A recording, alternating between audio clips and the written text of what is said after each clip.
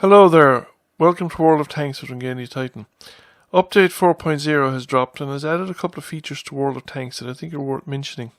One of these features is the Xbox Arena and user-made tournament mode.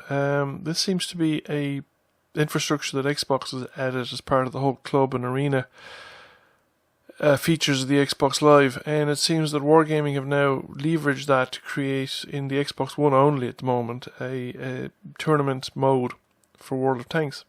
This will probably go some way to helping people that are have been looking for tournament play in Clan Warfare for quite some time. It isn't exactly what they want, but it is something that gets them closer, I think, and would enable at least a certain amount of clan activity that's probably not currently possible.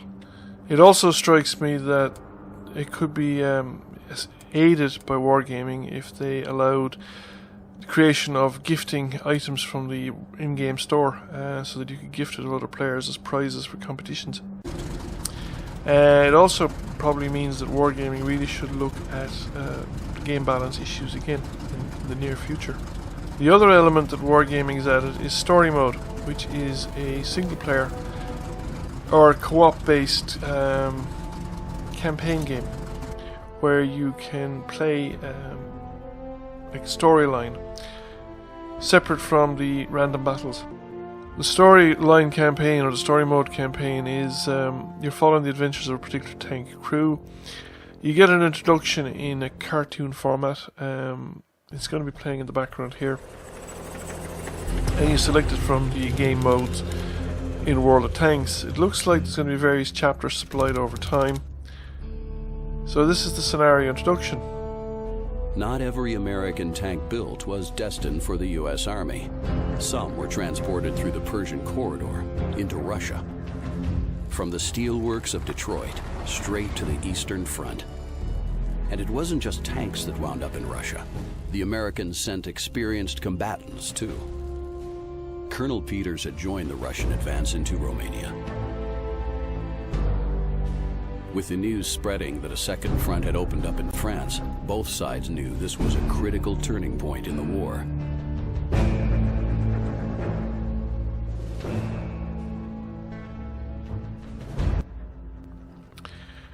The introduction then follows on to an actual live play where you are in a tank on a battlefield, very similar to Proving Grounds.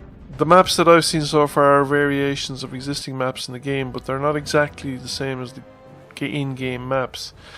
This is quite obviously a cliff variation, but there's terrain obstacles put in the way. There are rocks here blocking the passage south and blocking the passage down into the low ground there in front of me.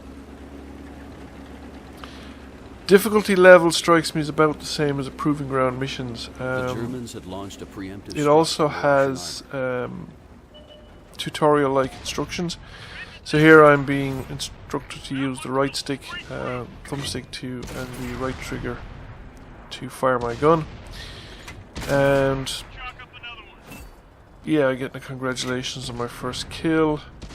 And it's again instructing me to aim. Now it's assuming actually that I'm aiming without zooming, because later on I get actually instructions to use the zoom to aim.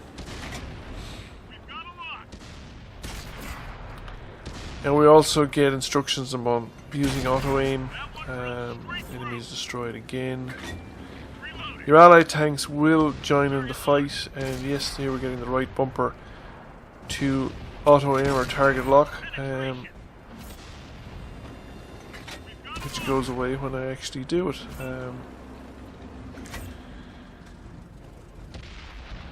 And it explains how the fact that auto aim doesn't work in sniper mode. So it does act as a game, as an extended game tutorial, which could be useful because it's got a story mode, so people might be more likely to play it than to play the actual regular tutorials.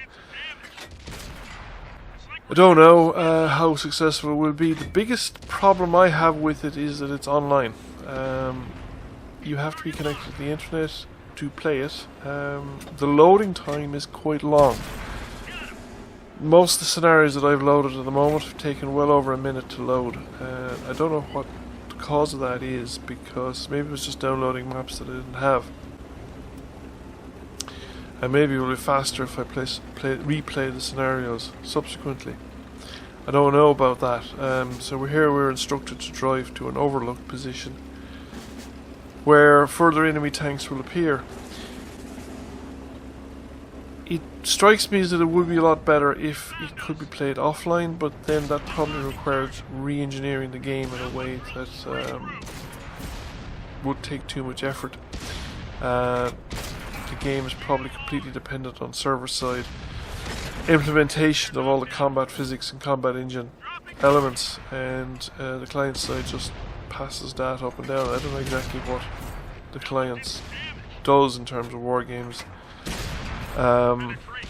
Code architecture, shall we say, but I do know that an awful lot of the activity on Wargaming's code is done on the server side, which is one of the reasons why it's so demanding of server resources, and it's one of the reasons why I think it has a lot more lag than a lot of other server side games, because everything is delegated back to the servers and pretty much nothing is done on the client side.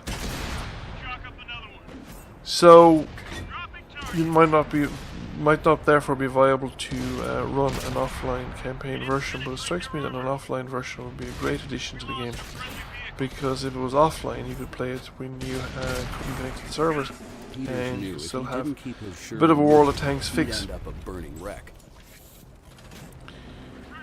Story mode it's alright. I mean, it is, like I said, it's about the same standard of play required for the Proving Grounds games, so you can still lose. I mean, I just got a lick there from artillery and removed quite a bit of my hit points, so you have to show some bit of care and attention. But yes, I mean, I've also been probably the killer of the bulk of the tanks. The bots that are my allies haven't done a huge amount of damage. I'm getting very little assistance ribbons here on anything, so it seems to be very much down to me. Now, I don't know whether that's deliberate or whether it's just a feature of this particular scenario. I do know that in Proving Grounds, for instance, the bots will kill tanks if you don't go in that particular direction. They'll engage and fight with each other and leave you to doing whatever part of the map you're going on. In this case, all the action seems to be focused in the direction that you're sent, so that you're in the thick of all the action, and the bots, both enemy and allied bots, are engaged around you and around where your activity. As you can see here, the two tanks down in the passage, G1, G2, H1, H2, haven't actually moved, and the three guys in the cap circle haven't actually moved as well, so it's the only tank really actively fighting on our side is my one. Routed, Peters looked at his Sherman crew with pride. Whereas in a training grounds test admirably. mission, all those tanks would actually be moving towards the nearest enemies as soon as the enemies were detected. I've only played through one scenario. I haven't actually completed it. I had a lot of trouble the first time I played through, just with lag, and this is one of the ones that was an okay game. The other side of the game, the tournaments thing, is probably something I won't be really engaged in. My own schedule and the things that I'm doing regularly in real life just doesn't allow me to get involved in clan-based activities, or even to be a reliable partner to online gamers or platoon mates, or any of that kind of stuff, as much as I might like to do so. So I pretty much solo play and play when I have the opportunity to do so. However, I think they're interesting additions to the game. I think they are a basis for expanding the game in an interesting direction, and I certainly look forward to what Wargaming are going to bring on in the future on this line and this area. I'd be particularly interested in hearing from anyone that has tried out the tournament mode, or tried out tournament play in this system, and let me know how you get on and what you thought of it. If you've got video footage and you want me to share it on the channel, that would be even better, or even if you just could direct me to footage that you've taken, I'd be quite happy to put a link into it in the video description to this video.